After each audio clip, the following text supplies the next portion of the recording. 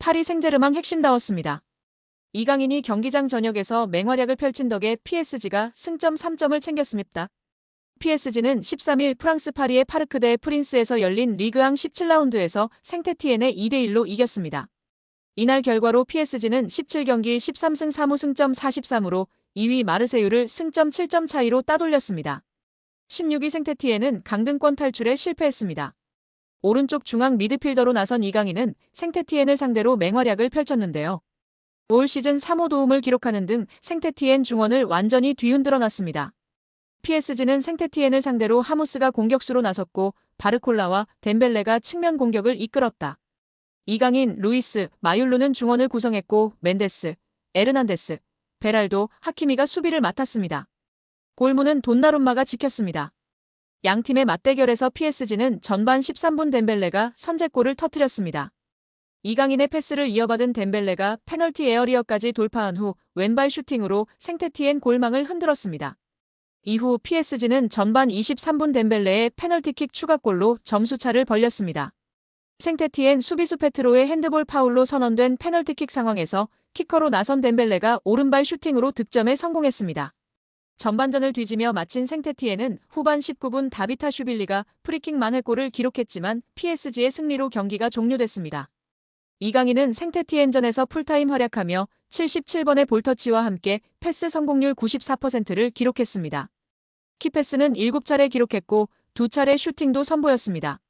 이강인은 3차례 시도한 드리블 돌파에서 2차례 성공했고 인터셉트와 태클도 1차례씩 기록했습니다. 심지어 유럽 축구 통계 매체 소파스코어는 이강인의 생테티엔전 활약에 대해 평점 8.4점을 부여했습니다. 이강인은 멀티골을 터뜨리며 평점 8.2점을 기록한 덴벨레보다 높은 평점을 기록했습니다. 프랑스 매체 막시풋은 이강인은 노력을 아끼지 않았다. 매우 활동적이었고 공을 되찾고 전진하며 슈팅을 시도하는 것에도 주저함이 없었다라고 평가했습니다.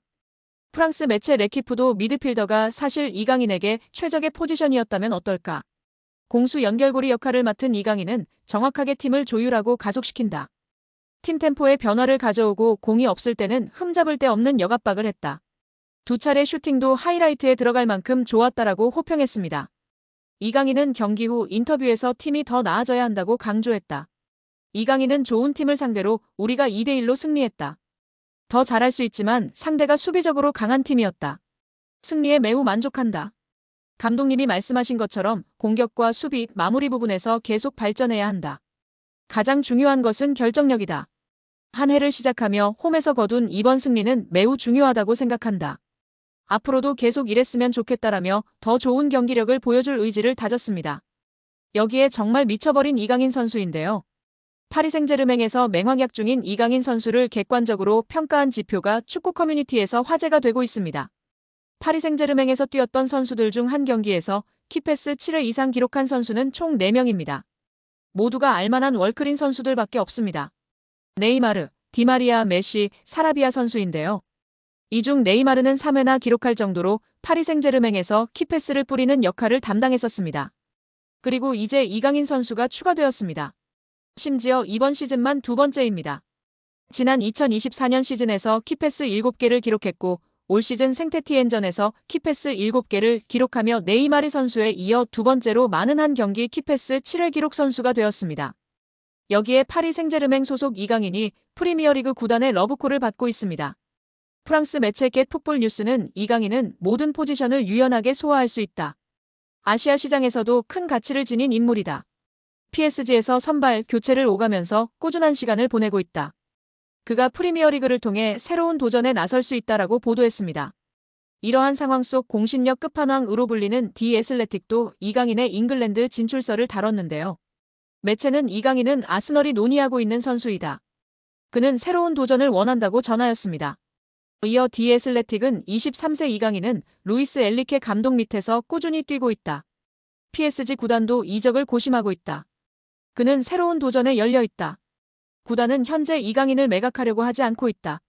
구단은 아시아 시장에서 큰 영향력을 가진 이강인을 경기장 안팎에서 높이 보고 있다라며 이적 성사를 위해선 2023년 마요르카에서 그를 영입하기 위해 지불한 2,200만 유로, 약 331억 원의 2배 이상은 되어야 할 것이다라고 강조했습니다. 스포츠 매체 구국민 프랑스파는 아스널이 PSG 공격수 영입에 관심을 보이고 있다. 마르코 아센시오, 랑달콜로 무한히는 아니다. 아스널은 이강인의 이적 가능성에 대해 논의했다. 하지만 PSG 경영진은 즉시 거절했다라고 전했습니다. 매체는 글로벌 스포츠 매체 디애슬레틱의 보도를 인용, 아스널이 임대 후 이적 형태로 이강인과의 계약에 대해 관심을 보인다. 하지만 이강인은 루이스 엔리케 PSG 감독의 계약에서 중요한 역할을 하고 있다. PSG는 거절할 수 없는 제안이 아니면 판매할 의사가 없다라고 전했습니다. 이강인은 PSG에서 2시즌 동안 공식전 60경기 11골 7도움을 올렸습니다. 이 기간 리그 우승 포함 4개의 트로피를 품기도 했습니다. 올 시즌에는 주전과 교체를 오가며 1군 자원으로 활약 중인데요. 매체 역시 엔리케 감독은 현재 이강인의 이적을 완전히 차단한 상태다. PSG 경영진은 이강인을 4,400만 유로 약 660억 원로 평가하고 있다. 이는 아스널 입장에서 너무 높은 금액이라고 짚었습니다. 경우에 따라선 다가오는 여름 이적설이 재점화될 가능성이 있다고 내다봤습니다. 프랑스 유력지 레퀴프는 구단은 이강인에 대한 문의를 여러 차례 받았지만 당분간 그와 결별할 생각이 없다라고 조명하기도 했습니다. 파리 생제르맹이 막대한 금전적 손실을 기록할 것으로 보입니다. 영국 매체 골닷컴은 유벤투스는 내년 1월 랑달콜로 무한히를 영입하는 것을 목표로 삼고 있다. 구단은 무한히가 악몽 같은 PSG 생활에서 벗어날 수 있도록 도울 준비가 되어 있다고 전했습니다. 1998년생 프랑스 국적의 무한히는 전 유럽이 주목하는 공격수였는데요. 그는 독일 분데스리가 소속 아일라우트 프랑크푸르트를 통해 자신의 재능을 입증했고 일찍이 유럽 다수 구단의 관심을 받았습니다. 본격적으로 궤도에 오른 것은 2022년도 시즌인데요.